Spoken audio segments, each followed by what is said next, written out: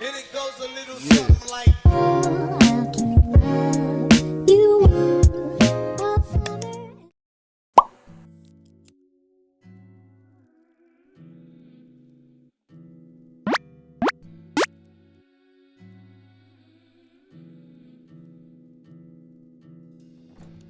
Alright, so as you can see, I have on no other makeup on my face, brows aren't done, none of that. What I'm gonna be doing is showing you. Okay, so as you can see, I have on no makeup on my face, none at all whatsoever, not even face makeup. And so yeah, we're gonna get right into the tutorial of the video. So as you can see by the title, the star of this show is the E.L.F. Brow Lift pomade. I don't know. E.L.F. Brow Lift. That's the star of this show. I have already used it before. I put it back in packaging for, you know, I guess presentation purposes. But I have already used this product before and I absolutely am in love, to say the least. Never probably ever using soap ever again. This is just so much better. So this is gonna be a quick video because, you know, doing brows isn't much, especially with this product. Like, it doesn't take me time to do my brows at all.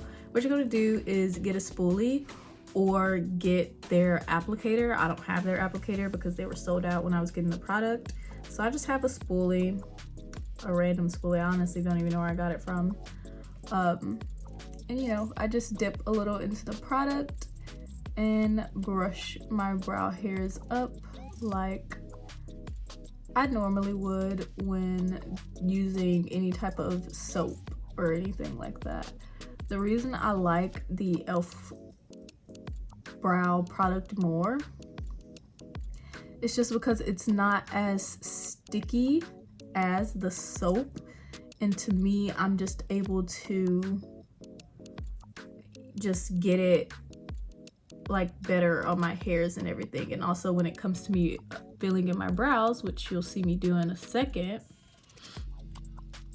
it's so much easier to put product on top of this. I noticed when I would use soap, the soap would be too waxy, and even when I would carve out my brows with concealer, the soap would just make the concealer all weird looking and discolored and everything like that, and I would have to struggle to blend the concealer after cleaning up my brow. And also when I would use any type of hairspray or anything, it would just be very, very hard and my brows would feel very stiff and stuck to my face. But with this product, I don't really feel it being stuck to my face. Like, it is stuck to my face, you can tell, but it doesn't feel uncomfortable, if you know what I'm saying. If you use the soap brow or even hairspray, then you know what I'm talking about. Some people use edge control. I haven't tried that yet. I guess I might if I ever run out of this, or if I ever run out of anything else I need. But the next thing you want to do after putting the product in your brow hairs is just, if you want, this part is optional, you can press it down to your skin. I don't know if this makes really much of a difference as the setting process, but to me it just, I don't know, I can't tell. But yeah, next thing I'm gonna do is I'm going to fill in some sparser areas. I don't really fill it in too much. Now, there are two products I like to use. I typically like to use this brow pen by NYX, or I use this LA Girl Pro brow pomade. But today I'm gonna use the brow pomade because, I don't know, I just got tired of my pen, and also it's kind of running out, so it gets a little harder to do. So what I'm gonna do is just dip it into the product and draw little brow hairs.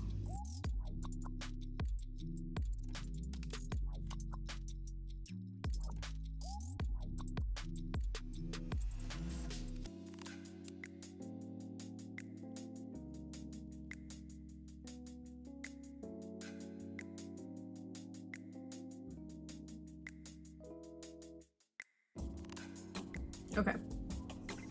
I feel like everything looks so much weirder in cinematic mode, maybe just because I'm not used to it.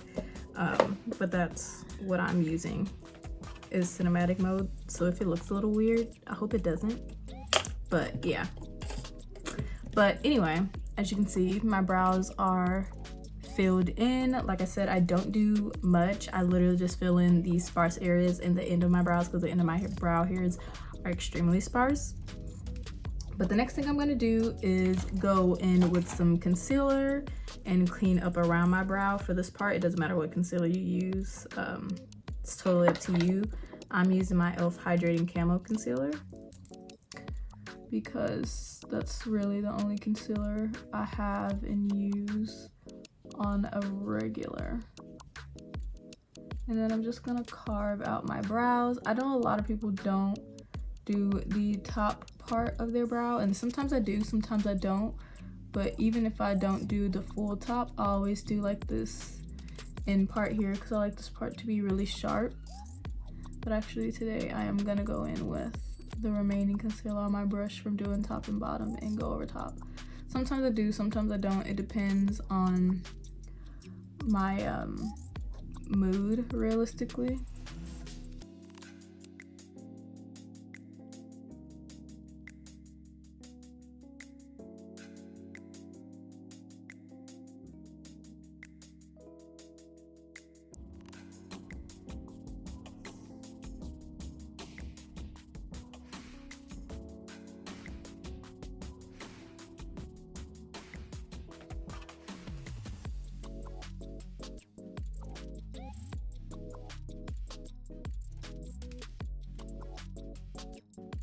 Okay.